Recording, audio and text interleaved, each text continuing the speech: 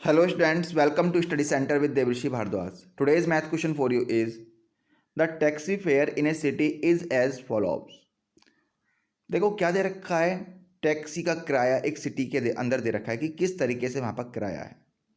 For the first kilometre the fair is ₹8। अगर पहला kilometre की बात करते हैं तो वहाँ पर ₹8 चार्ज होते हैं। And for the subsequent distance it is ₹5 पर किलोमीटर। और इसके बाद क्या होता है, हर एक किलोमीटर का ₹5 लगता है। यानी पहले किलोमीटर का तो ₹8 फिक्स है, उसके बाद आगे के हर किलोमीटर का ₹5 फिक्स कर रखा है। ठीक है, तो taking the distance covered by x, जो डिस्टेंस है उसको हम एक्स ले लेते हैं, एक्स किलोमीटर ले लेते हैं। अगर कोई बंदा एक्स किलोमीटर चलता है and total fair is ₹Y, और उसका फेयर जो किराया है वो ₹Y है। Right a linear equation for this information and draw it's graph. तो उसके लिए हमें एक लीनियर इक्वेशन लिखनी है और ग्राफ ड्रॉ करना है। ठीक है, तो देखो कैसे करेंगे इस क्वेश्चन को। देखो अगर वो x किलोमीटर चलता है, ठीक है, x किलोमीटर उसमें जाता है टैक्सी में, तो 1 किलोमीटर तो उसका किराया कितना हो गया, ₹8। ठीक है, बाकी कितने किलोमीटर बचे, x तो टोटल थे, 1 वो चल गया 8 के हिसाब से, तो अब किलोमीटर बचे x-1, और x-1 का किराया किस हिसाब से चार्ज होगा, ₹5 के अकॉर्डिंग चार्ज होगा ना। तो बस यही समझना था, यही ध्यान रखना था। ठीक है, देखो कैसे करते हैं। टोटल डिस्टेंस कितनी दे रखी है, x दे रखी है। फर्स्ट किलोमीटर का फेयर यानी कितना चार्ज है, ₹8 है। तो बाकी जो डिस्टेंस बची, यानी बाकी डिस्टेंस कितनी बची, x-1 बची, क्योंकि x तो टोटल डिस्टेंस थी, 1 वो चल गया ₹8 के अकॉर्डिंग, तो बाकी डिस्टेंस कितनी बचती है, x-1। और इस डिस्टेंस का चार्ज कितना हो जाएगा, टोटल फेयर कितना हो जाएगा, मल्टीप्लाई बाय 5, क्योंकि अब जो बाकी डिस्टेंस है उसमें हर एक किलोमीटर का ₹5 के अकॉर्डिंग फेयर काउंट होता है। तो x-1 मल्टीप्लाई बाई 5। ठीक है, तो टोटल फेयर कितना हो जाएगा इस बंदे का, टोटल फेयर हो जाएगा ₹8 तो पहले किलोमीटर के, प्लस x-1 जो डिस्टेंस बची है मल्टीप्लाई बाय 5, यानी बाकी जो डिस्टेंस है x-1 उनके हर एक किलोमीटर के हिसाब से ₹5 का चार्ज। ठीक है, तो मल्टीप्लाई 5 कर दिया, तो इसका टोटल फेयर हो गया। तो टोटल फेयर हमने y मान लिया, टोटल फेयर इसने कहा है कि y मान लो आप। तो y इजिकल टू क्या हो गया, 8 प्लस, अब देखो हम 5 की मल्टीप्लाई कर देते हैं, x-1 है तो 5x-5। ठीक है, तो कितना हो जाएगा, ये हो जाएगा y इजिकल टू 5x + 3। देखो सॉल्व कर लेते हैं, y इजिकल टू 5x और 8 - 5 गया तो 3।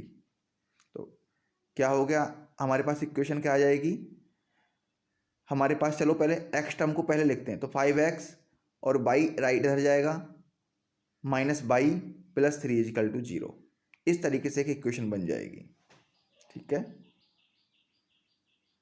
समझ में आई ना, कि 5x पहले x टर्म को लिख दिया है, फिर -y कर दिया क्योंकि y राइट में जाके माइनस का, +3 इक्वल टू 0। ठीक है, तो ये हमारे पास एक इक्वेशन बन गई। तो ये क्वेश्चन में हमसे पूछा था कि इक्वेशन को बनाओ, इक्वेशन फाइंड करो एंड ड्रॉ ग्राफ। अब इस इक्वेशन पे हमको ग्राफ भी ड्रॉ करना है। ग्राफ कैसे ड्रॉ करेंगे, चलो देख लेते हैं। अब इस इक्वेशन में कुछ वैल्यूज पुट कर लेते हैं। एक्स की वैल्यू सपोज हमने 0 रखी, यहाँ पे एक्स की वैल्यू हम 0 रखते हैं लास्ट वाली इक्वेशन 5x में, तो 5x 0 हो गया। ठीक है ना, क्या बचा, देखो इस वाली में रख लो आप, ऊपर वाली में ये आसान पड़ेगा। y इजिकल टू एक्स की जगह 0 रखा तो 5x 0, ये वाली टर्म खत्म, क्या बचेगा, y इजिकल टू 3। तो आंसर आया हमारा एक सॉल्यूशन 0,3।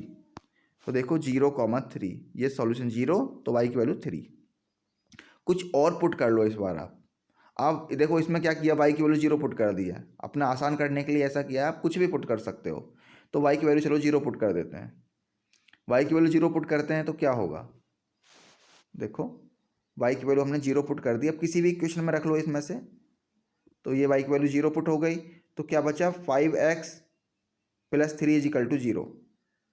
तो 5x इजिकल टू -3 हो जाएगा, तो x इजिकल टू कितना हो जाएगा, -3/5। समझ में आ रहा है ना, थोड़ा मैं करके दिखा देता हूँ। देखो हमने क्या किया, इस बार y की वैल्यू 0 पुट की है, 0। ठीक है, इज इक्वल टू क्या हो गया 5x प्लस 3।